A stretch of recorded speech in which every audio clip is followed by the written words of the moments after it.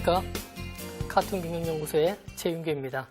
이번 시간에는 지난번에 이어서 영화 음란서성으로 본 16가지 리더십 그 두 번째 시간을 갖도록 하겠습니다. 지난 시간에도 많은 그 영화 속에서 배우는 리더십 사례에 대해서 말씀드렸는데요. 저는 이 영화를 처음 보게 된 동기가 이렇게 보았습니다.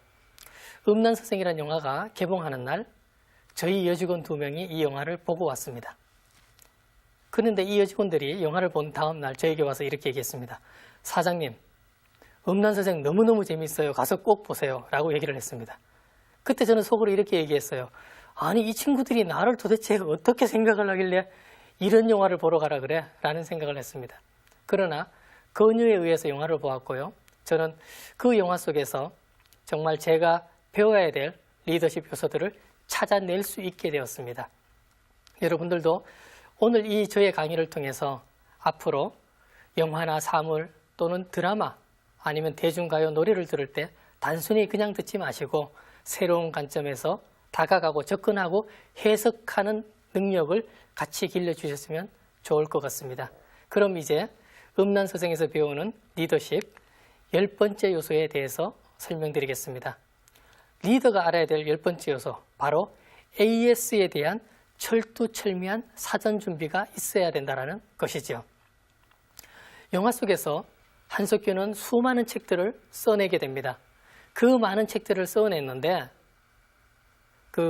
워낙 기발한 소재다 보니까 한석규의 책을 출판하는 출판업자는 걱정이 됐습니다. 그래서 한석규에게 이렇게 얘기합니다.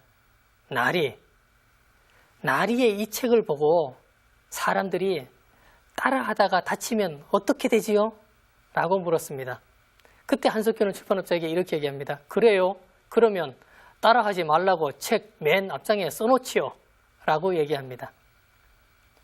한석규와 같은 그런 마음 자세, 그런 AS 정신, 사전에 준비하는 사전 준비가 바로 리더가 필요한 요소입니다. 그러면 설마 이 한석규 음란서성에 나오는 영화처럼 따라하는 사람이 있을까? 저는 그 따라하는 사람을 음란서성이라는 영화가 아니라 왕의 남자라는 영화에서 보게 되었습니다. 어느 날 공길이와 장생이 연산군 앞에 붙잡혀 가게 됩니다. 연산군은 이렇게 얘기합니다. 너희들이 광대지. 너희들은 광대기 때문에 오늘 이 자리에서 공연을 해라.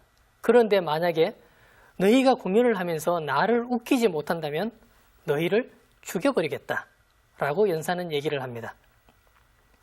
그래서 장생과 공길이는 아주 불안한 마음을 가지고 연산과 왕비 앞에서 공연을 펼칩니다. 장생이 나가서 아무리 재밌는 공연을 해도 연산이 웃지를 않습니다. 워낙 안 웃으니까 그때 공길이가 나와서 물구나무 서기를 하는 이상한 자세를 취합니다. 그 장면을 보고 연산군과 녹수는 하하하하 웃게 됩니다. 그리고 이 사람들은 영화 속에서 나오지 않았지만 저는 이 연산은 그 자리에서 이렇게 생각했을 것 같습니다. 저 광대가 한 자세 오늘 저녁에 한번 해봐야지.